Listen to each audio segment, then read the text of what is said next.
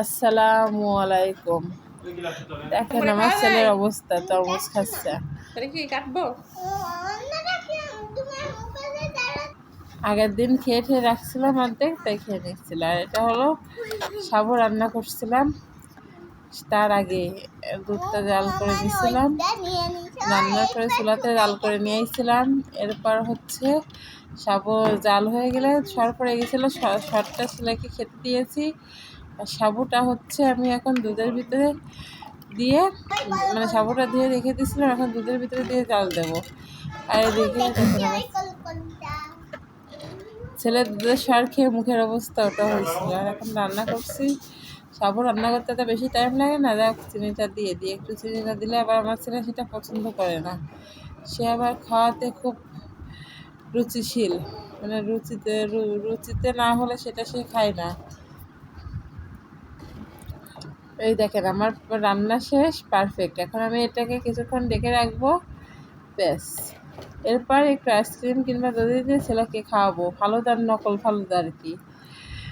কারণ গরিবের ফালুদা সবসময় তো ফলমূল দিয়ে তো খাওয়া সম্ভব না, অত কিছু, কিন্তু সাবুদানাতে অনেক পুষ্টি, সঙ্গে দুধ দিলে আরও পুষ্টির মানটা বেড়েই যায়, সেইভাবে আর কি খাওয়ানো। এই যে আমি এখন কিন্তু বন্ধ করে দিতে যেও ভাবলাম কি আরেকটু উতল দিয়ে দিই, লাস্ট উতলটা দিয়ে এই যে চুলাটা বন্ধ করে রেখে দিলাম।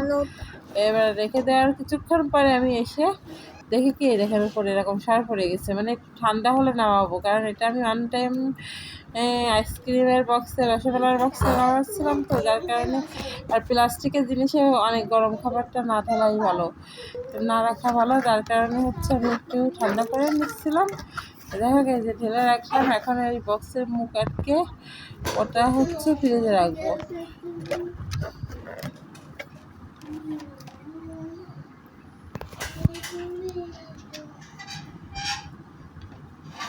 এই যে এই দুটো পানিতে ঢালছিলাম। আর এই যে এখন হচ্ছে আমরা বেড়াতে যাচ্ছি, তাই খুলনা বনবিলাস থেকে একটু ভিডিও করে নিলাম, মানে রাস্তা থেকে একটু বনবিলাস কীভাবে কতটুকু দেখা যায় তার একটু ভিডিও করে নেওয়ার চেষ্টা আর কি। যাই হোক, ওই সাইড থেকে একবার দেখা হয়েছে, আবার এই সাইড থেকে ওই দেখা যায়।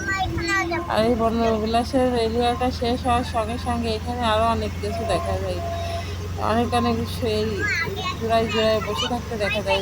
আজকে একটু সন্ধ্যার পরে দুপুরে, আজকে একটু দুপুর হয়ে গেছে, এই জন্য একটু কম দেখা যাচ্ছে।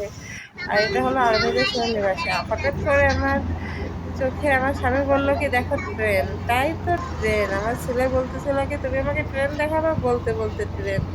আপনারা বুঝতে পারছেন কিনা জানি না, কিন্তু ট্রেন ছিল। আমি রাস্তা থেকে একটু ভিডিও করে নিয়েছিলাম। যাই হোক, আমার ছেলে তার বড় আম্মুর বাসায় এসে গেছে, এসে এখন বৃষ্টিতে সে আর তার বোন বৃষ্টি শেষে উঠে দেখেন তাদেরই। আমার ছেলে অবশ্যই ঘুম থেকে ওঠার কারণে চুপ করে বসেই ছিল, আর তার বোন একটু দুষ্টুমি করছিল।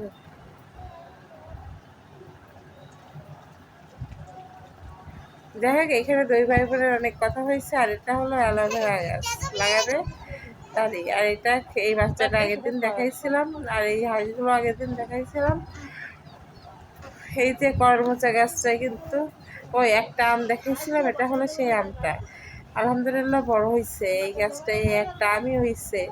আর হাঁসগুলো দেখেন কিভাবে ছাদের উপরে, 3 তলা ছাদের, 4 তলা ছাদের উপরে ঘুরে বেড়াচ্ছে আর খেয়ে বেড়াচ্ছে। যাই হোক, আল্লাহ তাল্লাহ যাকে যেখানে বসবাস করতে দেয়। আজকের মতো আল্লাহ হাফেজ।